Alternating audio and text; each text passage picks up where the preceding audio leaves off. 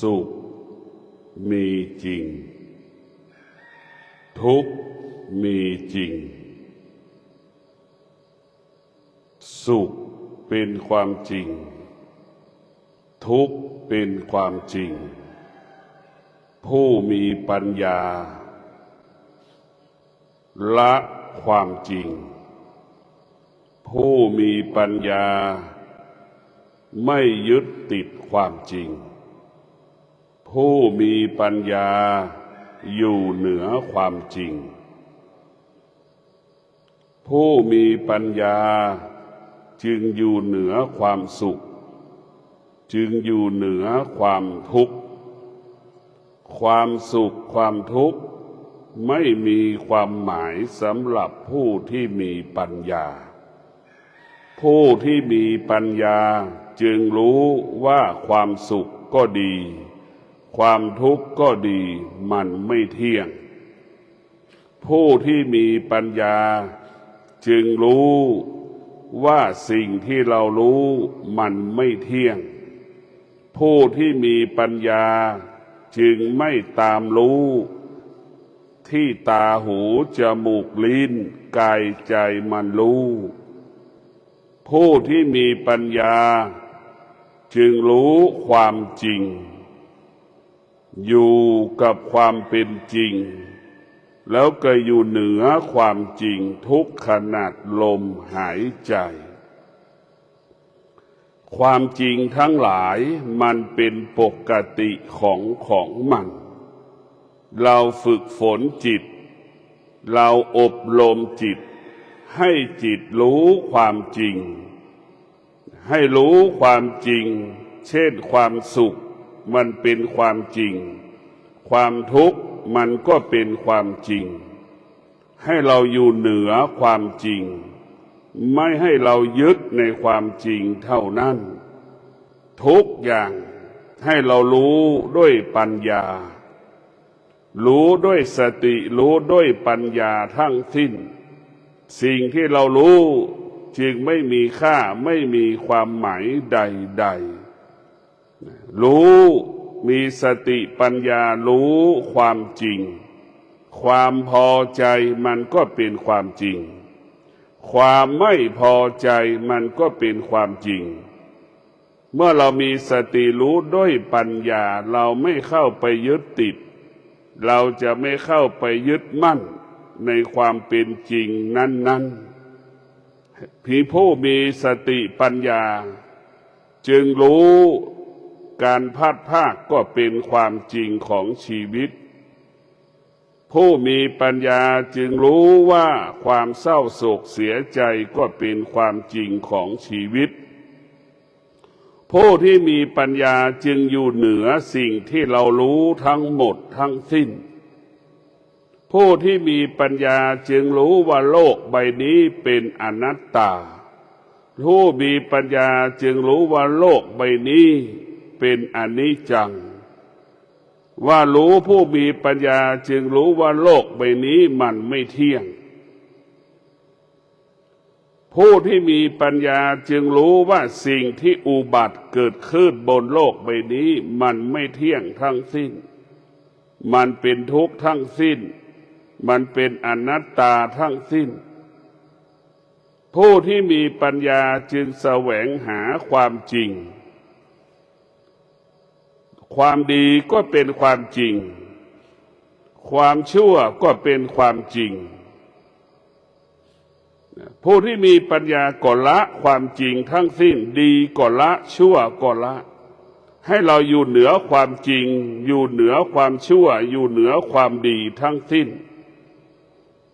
ความดีเราก็เข้าไปยึดติดความทุกข์ความชั่วเราก็เข้าไปยึดติดเมื่อเราเข้าไปยึดติดจึงเป็นเหตุให้เกิดความจริงจึงให้เกิดความชั่วจึงให้เกิดคำว่าความดีเมื่อเราเข้าไปยึดติดแล้วความดีก็เกิดความชั่วก็เกิดถ้าเราไม่เข้าไปยึดติดความชั่วไม่มีความดีก็ไม่มีเราอยู่เหนือมันเพราะฉะนั้นพวกเราทั้งหลายความจริงเท่านั้น เรียกว่าความจริงอยู่เหนือความจริงจริงความจริงด้วยสติปัญญาให้เรารู้เท่านั้นให้เรารู้เท่านั้นเช่นเรานั่งสมาธิขนาดนี้ก็ให้เรารู้ว่าเรานั่งสมาธิระหว่างที่เรานั่งสมาธิก็ให้เรารู้ว่ามันเจ็บปวดเกิดขึ้นตามร่างกายส่วนใดส่วนหนึ่งเรามีสติรู้ว่ามันเจ็บปวดมันไม่เที่ยงเรามีสติรู้ว่าความเจ็บปวดที่มันเกิดขึ้นขนาดหนึ่งเวลาหนึ่งเรามีสติรู้เราจะไม่เข้าไปยึดติดในความเจ็บปวดเรามีสติรู้เราจะอยู่เหนือความเจ็บปวดนี่แหละคือหลักของพระธรรมหลักของพระวิปัสสนาให้เรารู้สิ่งที่มันเกิดขึ้นที่กายสิ่งที่มันกระทบกับกายสิ่งที่ตาหูจมูกลิ้นกายใจเราสัมผัสถูกต้องให้เรารู้แล้วก็ให้เราละให้เรารู้ให้เราอยู่เหนือสิ่งที่เรารู้ทั้งสิ้นหลักของธรรมะมันก็ง่ายๆมันไม่ยากมันไม่ซับซ้อนให้เราเข้าใจเราไม่ต้องเข้าไปยึดติดสิ่งใดสิ่งหนึ่งให้เราอยู่เหนือสิ่งที่เรารู้ทั้งสิ้นให้เราละสิ่งที่เรารู้ทั้งสิ้นจิตเราก็ว่างกายใจเราก็สบายผู้ที่มีปัญญาจึงรู้ว่าความสุขเป็นเรื่องของชาวบ้านความสุขเป็นเรื่องของชาวบ้านผู้ที่มีปัญญาจึงรู้ว่าความสงบ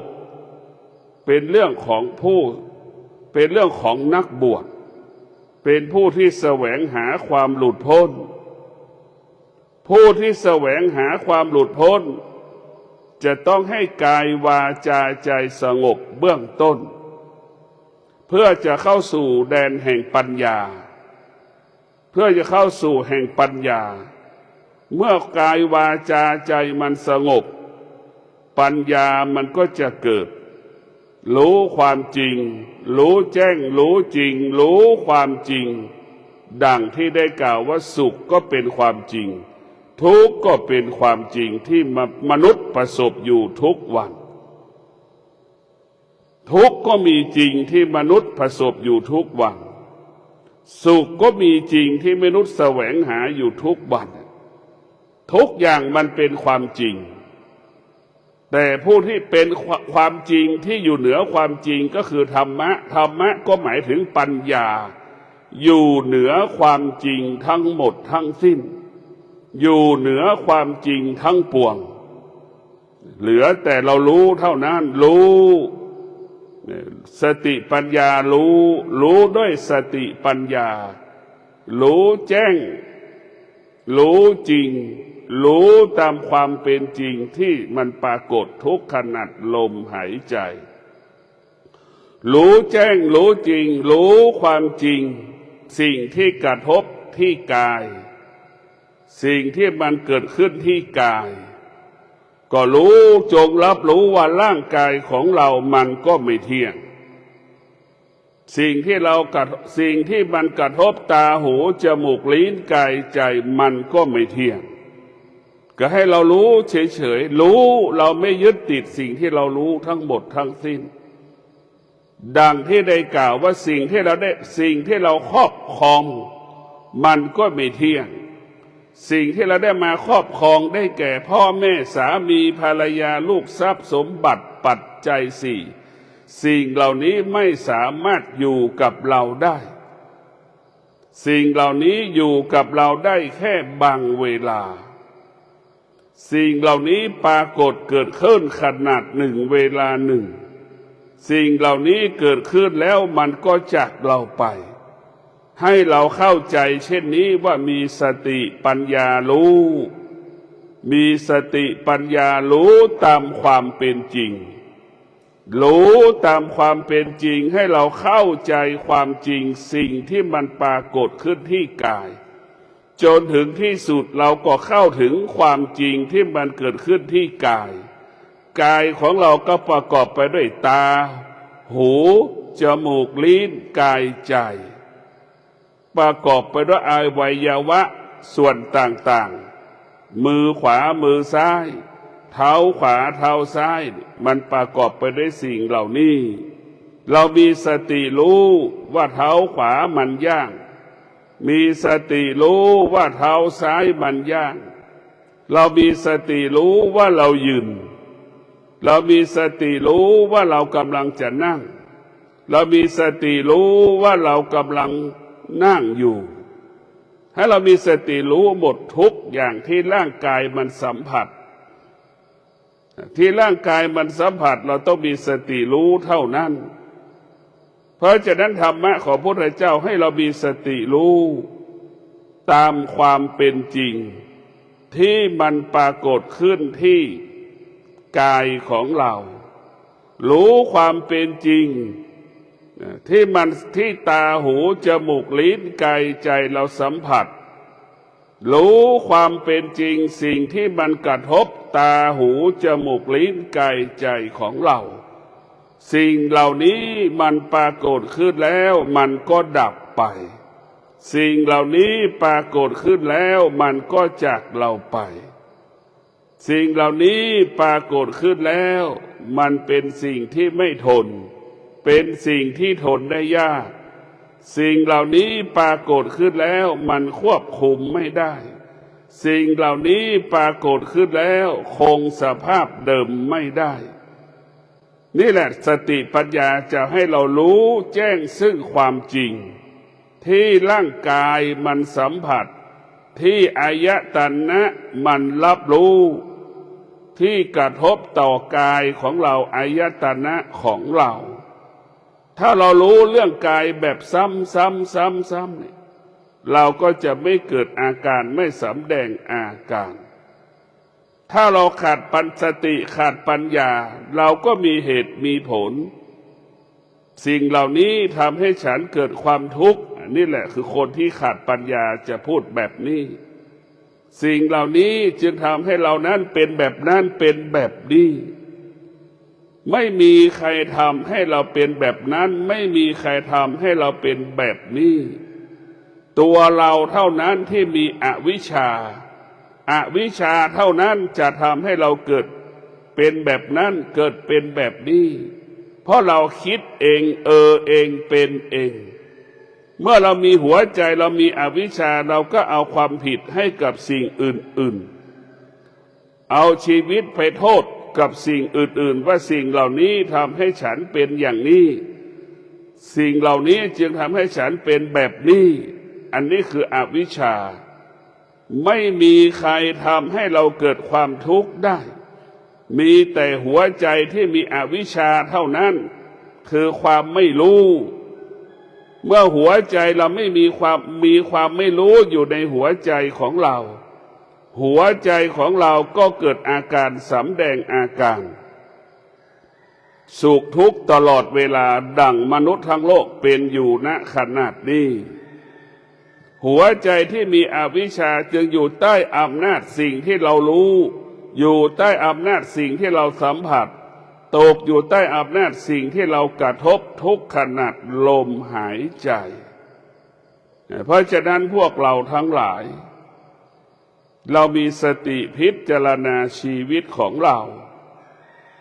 ชีวิตของเรามันไม่เที่ยงให้เรารู้ว่ามันไม่เที่ยงเท่านั้นชีวิตของเราจะมีชีวิตไม่ประมาท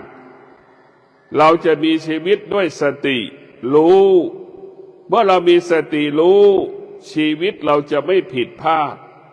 เมื่อเรามีสติรู้ชีวิตเราจะมั่นคงเมื่อเรามีสติรู้ชีวิตเราก็จะปลอดภัยเมื่อเรามีสติรู้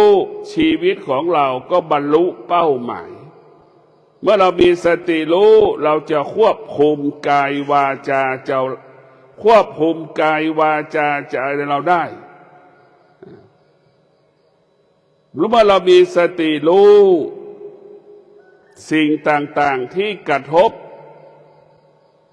เรารู้มันแล้วเราก็สงบนิ่งไม่ต้อนรับมันเมื่อเรามีสติรู้สิ่งที่กระทบตาหูจมูกลิ้นกายใจกับเราก็ไม่ตอบสนองมันเราก็อยู่เหนือมันนี่แหละคือมีสติรู้ให้เรารู้ละสิ่งที่เรารู้ให้เข้าใจนะเมื่อเราละสิ่งที่เรารู้เมื่อเราไม่ยึดติดสิ่งที่เรารู้เมื่อเราอยู่เหนือสิ่งที่เรารู้สุขมันก็ไม่มีทุกข์มันก็ไม่มีที่มันมีสุขมันมีทุกข์เพราะเราเข้าไปยึดติดเมื่อเราเข้าไปยึดติดเราก็อยู่ใต้อำนาจสิ่งที่เรารู้อยู่ภายใต้สิ่งที่เรารู้เราก็อยู่ภายใต้การเปลี่ยนแปลงของสิ่งที่เรารู้ทั้งหมด1 วันในสุขเกิดขึ้นกี่ครั้งเราก็ต้อนรับมัน1 วันในทุกข์เกิดขึ้นกี่ครั้งเราก็ไปต้อนรับมันหมดพอใจไม่พอใจเกิดขึ้น1 ครั้งต่อวันเนี่ยกี่ครั้งเราก็ไปต้อนรับมันหมด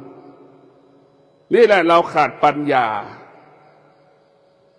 เมื่อเราขาดปัญญาเราจะไปต้อนรับมันหมดแยกแยะไม่ได้ว่าอันนี้ควรต้อนรับอันนี้ไม่ควรต้อนรับหัวใจที่มีปัญญาหัวใจที่มีวิชารู้เท่านั้นมีสติรู้เท่านั้นมีสติรู้ความจริงเท่านั้นมีสติรู้ไม่ตอบสนองสิ่งที่เรารู้นี่คือหัวใจที่มีวิชาเนี่ยมันจะเป็นสิ่งที่มีค่าให้เรารู้เรื่องความจริงคนที่หัวใจที่มีอวิชชาก็เปรียบเสมือนเอาใบไม้ไปห่อก้อนน้ำแข็งนั่นแหละกับพยายามจะเอาใบไม้ไปห่อก้อนน้ำแข็งห่อก้อนน้ำแข็งเสร็จก็เอาก้อนน้ำแข็งไปฝังไว้ในดินก็เอาขี้ดินไปกลบเพื่อให้น้ำแข็งอยู่กับเรายาวนานนั่นคือหัวใจที่มีอวิชชาก็จะเป็นเช่นนั้นมันไปยึดติดสิ่งที่เรารู้ทั้งหมดทั้งสิ้นเพราะฉะนั้นพวกเราทั้งหลายมีสติพิจารณาว่าเมื่อเรามีสติรู้ทุกสิ่งทุกอย่างเนี่ยอารมณ์จิตใจของเราก็สบายอารมณ์ชั่วร้ายก็ไม่เกิดอารมณ์ที่มันเป็นชั่วร้ายไม่มาอยู่กับที่อายตนะของเราจิตของเราก็จะสดใสเหมือนกระแสลมเย็นที่มันพัดกายเราที่เราสัมผัสจิตเราจะเป็นเช่นนั้นกายของเราก็สุขสบายเหมือนกระแสลมกระทบกับกายมันก็เป็นเช่นนั้นนั่นแหละเราไม่ยึดติดสิ่งใดเรารู้สิ่งต่างๆเท่านั้นหน้าที่ของจิตคือการรับรู้หน้าที่ของจิตไม่ควรไปยึดติดในการรับรู้เราฝึกฝนจิตให้เป็นเช่นนี้หน้าที่ของจิตคือรับรู้หน้าที่ของจิตไม่ควรไปยึดติดสิ่งที่เรารู้อันนี้จิตของผู้ปฏิบัติธรรมหัวใจผู้ปฏิบัติธรรมจะรู้นี้หน้าที่ของจิตคือรู้หัวใจผู้ปฏิบัติธรรมหน้าที่ของจิตไม่ยึดติดสิ่งที่จิตรู้นี่หัวใจผู้ปฏิบัติธรรมถึงจะเข้าถึงธรรมถ้าทำ2 อย่างนี้ได้จิตรู้จิตก็ละสิ่งที่จิตรู้จิตรู้จิตก็ไม่ยึดติดสิ่งที่จิตรู้มีแค่2 อย่างจิตหัวจิตหัวใจผู้ปฏิบัติธรรมรู้แล้วเราไม่ยึดติดสิ่งที่เรารู้หน้าที่ของจิตมันต้องรู้ทุกอย่างแล้วก็ละทุกอย่างรู้ทุกอย่างอยู่เหนือทุกสิ่งที่เรารู้ในหัวใจของผู้ปฏิบัติธรรมถ้ามีสติรู้เท่านั้นแหละโศกเศร้าเสียใจไม่เกิด การปฏิบัติธรรมการประพฤติธรรมมันง่ายมันสะดวกให้เราพิจารณาสติรู้อาการของกายกับจิตแค่สองอย่างเรื่องอื่นๆหัวใจของผู้ปฏิบัติธรรมไม่รับรู้นะให้รับรู้เรื่องอารมณ์ให้รับรู้เรื่องกายกับจิตเท่านั้นทุกวันนี้เราไปรับรู้เรื่องนอกกายเมื่อเราไปรับรู้เรื่องนอกกายเมื่อไหร่เป็นทุกข์ทันทีแต่เมื่อเราไปรับรู้เรื่องนอกกายเมื่อไหร่มันเป็นทุกข์ทันทีเรามีสติรู้ให้จิตอยู่ในกายมีสติรู้ให้กายเป็นบ้านของจิตให้เรารู้แบบนี้ทำแบบนี้กายเราก็สะอาดจิตเราก็บริสุทธิ์เมื่อกายสะอาดจิตบริสุทธิ์ผู้ที่จิตก็เปรียบเสมือนผู้ที่อยู่ในบ้านกายก็เปรียบเสมือนบ้านจิตกับกายอยู่ร่วมกันได้อย่างสงบสุขเพราะฉะนั้นพวกเราทั้งหลายเมื่อเราเกิดมาแล้วเราต้องพิจารณาเราจะไม่สะสมสิ่งที่เรารู้ทั้งสิ้นเราไม่สะสมสิ่งที่เรารู้เราจะไม่ยึดติดสิ่งที่เรารู้เราก็จะละสิ่งที่เรารู้ทั้งหมดทั้งสิ้นว่ามันไม่เที่ยงสิ่งที่เรารู้ทั้งหมดทั้งสิ้นมันไม่เที่ยงเมื่อเรารู้เช่นนี้แล้วกายวาจาใจเราก็เป็นอิสระกายวาจาใจเราก็สุขสบายง่ายแก่การศึกษาธรรมง่ายแก่การพิจารณาธรรมง่ายแก่การปฏิบัติธรรมธรรมก็จะเกิดขึ้นในกายในใจเราได้ง่ายได้สะดวก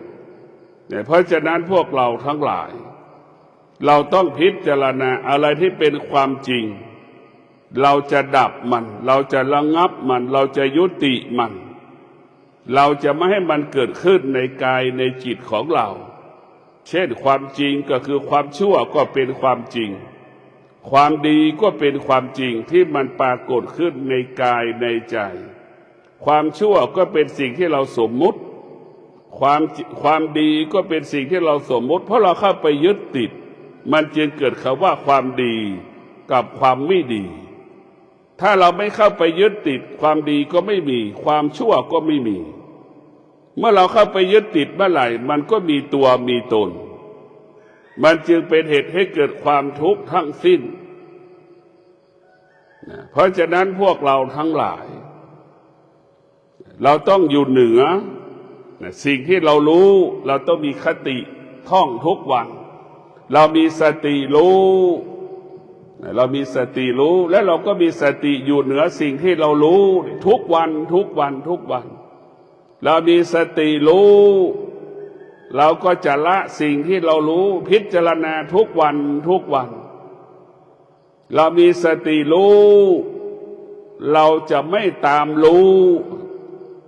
เรารู้เราจะไม่ตามรู้ให้รู้แบบนี้ทุกวันพิจารณาแค่3อย่างนี้ก็พอเอามาเป็นสติรู้เราเราจะไม่ตามรู้เรามีสติรู้เราจะละสิ่งที่เรารู้เรามีสติรู้เราจะไม่ยึดติดสิ่งที่เรารู้เรามีสติรู้เราจะอยู่เหนือสิ่งที่เรารู้ทำทุกวันเราพิจารณาทุกวันเช้านี้ครึ่งวันเราจะรู้มีสติรู้แล้วเราจะไม่ยึดติดสิ่งที่เรารู้ทั้งสิ้นดีก็ไม่เกิดไม่ดีก็ไม่เกิดสุขก็ไม่มีทุกข์ก็ไม่มีในพวกเราต้องพิจารณาชีวิตของเรามันไม่มีอะไรชีวิตของเรามันไม่มีอะไรให้เราได้พิจารณา นะมันไม่มีอะไรให้เราได้มีชีวิตที่พิจารณาทุกวันทุกวันทุกวันทุกวันเมื่อเราพิจารณาทุกวันทุกวันทุกวันนั่นเองมันจะเกิดปัญญามันก็จะรู้ความจริงรู้ความจริงรู้ความจริงอย่างเช่นเรากินข้าวเราก็อิ่มพอกินสักระยะหนึ่งมันก็หิวให้เราเข้าใจแบบนี้แหละนี่คือความจริงนี่คือความจริงเรารู้ความจริงเราก็ละความจริงเมื่อเรากินข้าวแล้วมันก็อิ่มพอถึงเวลาแล้วมันก็หิวมาถึงเวลาแล้วมันก็จะหิวอีกอิ่มอีกกินอีกจะเป็นแบบนี้แหละทุกวันให้เราเข้าใจความจริงที่มันเกิดเรากินข้าวแล้วมันก็อิ่มพอมันอิ่มแล้วมันก็หิวพอมันหิวแล้วมันก็กินเนี่ยมันเป็นปกติเรียกว่าเข้าใจสิ่งที่มันเป็นปกติที่มันเกิดขึ้นที่กายของเราเช่นเสื้อผ้าที่เราใส่เป็นสิ่งที่ไม่ทนเป็นสิ่งที่ทนได้ยากมันจึงเกิดการแปรปรวนเปลี่ยนแปลงสีมันก็ซีดไปตามกาลเวลาเนื้อมันก็เปื่อยยุ่ยไปตามกาลเวลานั่นแหละให้เราเข้าใจเช่นนั้นถ้าเราเข้าใจเสื้อผ้าที่เราสัมผัสอยู่ใช้อยู่แล้วเราก็เข้าใจกายว่ามันเป็นเช่นดั่งเสื้อนั่นแหละนะร่างกายของเรามันเป็นดั่งเสื้อให้เราเข้าใจแบบนี้ชีวิตเรามันไม่มีอะไรชีวิตเราไม่มีอะไรแต่เราเข้าใจเองว่ามันมีอะไรเมื่อเราคิดว่ามันมีอะไรเมื่อไหร่มันจะเกิดความทุกข์ทั้งสิ้นผู้ที่เจริญด้วยปัญญาผู้ที่มีวิชามีปัญญามันจึงรู้ว่าชีวิตเรามันไม่มีอะไรเราก็ดูคนแก่มีสมบัติเห็นไหมก็ไม่รู้ว่ามีสมบัติเพราะมันไม่รู้อีกแล้วเพราะมันแก่เกินธรรมะมันก็ไม่รู้มันไม่มีอะไรนะจะเอามือตักข้าวก็ยังตักไม่ได้มันไม่มีอะไรจริงๆหิวมีปากก็บอกไม่ได้ว่ามันหิวมันก็ไม่รู้จริงๆมันไม่มีอะไรสักอย่างเห็นไหมแต่เรารู้มันเราเข้าไปรู้มันว่ามันมีอะไรนี่แหละชีวิตเรามันไม่มีอะไรสักอย่างนี่แหละเราเข้าไปยึดติดมันคิดว่ามันมีอะไรเข้าไปยึดติดมันคิดส่งในว่ามันมีอะไรมันจึงเป็นเหตุให้เกิดความสุขความทุกข์ทั้งสิ้นเพราะเราเข้าใจมันว่ามันมีอะไรนั่นแหละพ่อแม่ครูบาอาจารย์จึงอบรมสั่งสอนว่าชีวิตเรามันไม่มีอะไรนะมันไม่มีอะไรมันมีแต่คำว่าว่างเท่านั้นทารกแรกเกิดมันหัวใจทารกเกิดมันก็ว่างคน80-90เห็นไหมมันหัวใจมันก็ว่างปากมีปากก็พูดไม่ได้มีหูก็ฟังไม่ได้มีมือก็ทำมาจับของวัตถุสิ่งของไม่ได้เห็นไหมเสื้อผ้าก็ยังใส่ไม่ได้อาบน้ำก็ยังอาบไม่ได้มันมีอะไรเป็นของเรามันไม่มีอะไรเป็นของเรามันจึงเกิดคำว่าชีวิตมันไม่มีอะไรชีวิตมันไม่มีอะไรให้เรารู้ชีวิตอะไรชีวิตเรามันไม่มีอะไรให้เรารู้แต่เราเข้าใจว่ามันมีอะไรให้เราต้องรู้เนี่ยมันจึงเกิดความทุกข์จึงเกิดปัญหามันไม่มีอะไรให้เรารู้แต่เราเข้าใจว่ามันมีสิ่งต่างๆให้เรารู้เราจะสังเกตตั้งแต่เราเกิดมาจนป่านนี้สิ่งที่เรารู้มันไม่ใช่ความจริงทั้งสิ้นสิ่งที่เรารู้มันจึงเกิดคำว่าไม่เที่ยงทั้งสิ้นเพราะฉะนั้นพวกเราต้องพิจารณาสิ่งที่มันกระทบตาหูจมูกลิ้นกายใจเราทุกวันแล้วเราจะรู้ความจริงเห็นความจริงรู้ความจริงเห็นความจริงเราอยู่เฉยๆนั่งอยู่เราไม่ต้องทำงานพอเราอยู่นานๆเราก็บอกว่าเป็นทุกข์เห็นไหมนี่แหละชีวิตที่มีอวิชชามันจะเป็นเช่นนี้ชีวิตที่ขาดปัญญาก็จะเป็นเช่นนี้อยู่เฉยๆก็ยังเป็นทุกข์พอไปทำงานก็บอกว่าเกิดความทุกข์อีกเห็นไหมแล้วเราจะอยู่ตรงไหนล่ะชีวิตเราจะอยู่ตรงไหน มันจึงหาที่อยู่ไม่เจอจึงหาที่อยู่ไม่ได้มันจึงหาแก่นสาระชีวิตไม่ได้เพราะเราตกอยู่ใต้อำนาจอารมณ์ความคิดของตนเองตลอดเวลาตกอยู่ใต้อำนาจความโลภความโกรธความหลงจึงมีเหตุมีผลเพราะอย่างนี้ฉันถึงเป็นอย่างนี้เพราะอย่างนี้ฉันถึงทำอย่างนี้นี่แหละคือหัวใจที่มีอวิชชามันมีข้อแก้ตัวไม่จบไม่สิ้นความทุกข์เกิดจากความไม่เข้าใจหรือความทุกข์เกิดจากการขาดปัญญา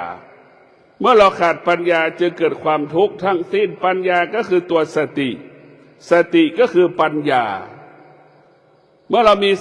ราขาดสติปัญญาแล้วคำว่าความทุกข์เกิดขึ้นทันทีเมื่อเราขาดสติปัญญามันจะเกิดความสุขเกิดขึ้นทันทีเมื่อเรามีปัญญาแล้วสุขไม่มีทุกข์ไม่มีเราจะอยู่เหนือสุขและอยู่เหนือทุกข์ผู้มีปัญญาจะเข้าใจแบบนี้อยู่แบบนี้อย่างนี้เพราะฉะนั้นพวกเราทั้งหลายเราเกิดมาแล้วเราควรละความจริงเราไม่ยึดติดกับลูกเราไม่ยึดติดกับแม่ให้รู้ว่าเรามีแม่ให้รู้ว่าเรามีลูกให้เรารู้ว่าเรามีสามีให้เรารู้ว่ามีปู่ย่าตายายให้เรารู้แต่เราไม่สามารถควบคุมมิให้พ่อแม่ปู่ย่าตายายลูกของเรานั้นไม่ให้แก่ไม่ให้เจ็บไม่ให้ตายไม่ได้เนี่ยให้เรารู้ด้วยปัญญาให้เรารู้ด้วยปัญญาเราไม่สามารถมาหยุดยั้งเพื่อไม่ให้พ่อแม่สามีภรรยาลูกเราไม่ให้แก่ไม่ให้เจ็บไม่ให้ตายไม่ได้แต่ผู้มีปัญญาให้จงรับรู้ว่าเกิดแก่เจ็บตายมันย่อมเกิดขึ้นกับพ่อแม่สามีภรรยาลูกของตนให้เราผู้มีปัญญาจึงเข้าใจว่าพ่อแม่สามีภรรยาลูกและสามีพ่อแม่สามีภรรยาลูกปู่ย่าตายายวันหนึ่งเราต้องพรากจากกันไปสิ่งเหล่านี้เป็นไม่สามารถคงสภาพเดิมได้สิ่งเหล่านี้ไม่สามารถอยู่แบบยั่งยืนได้ให้เราเข้าใจเช่นนี้หัวใจของผู้ที่มีปัญญาอยู่กับความเป็นจริงอยู่เหนือความจริงเนี่ยนี่คือหัวใจของผู้ที่มีปัญญาเพราะฉะนั้นพวกเราทั้งหลายที่มีสติพิจารณาชีวิตของเรามันไม่มีอะไรมันไม่มีอะไรที่ทำให้ชีวิตเรานั้นดีขึ้นมันไม่มีแต่ปัญญามีแต่ปัญญามีแต่วิชาเท่านั้นให้เราเข้าใจเรื่องความจริงของชีวิต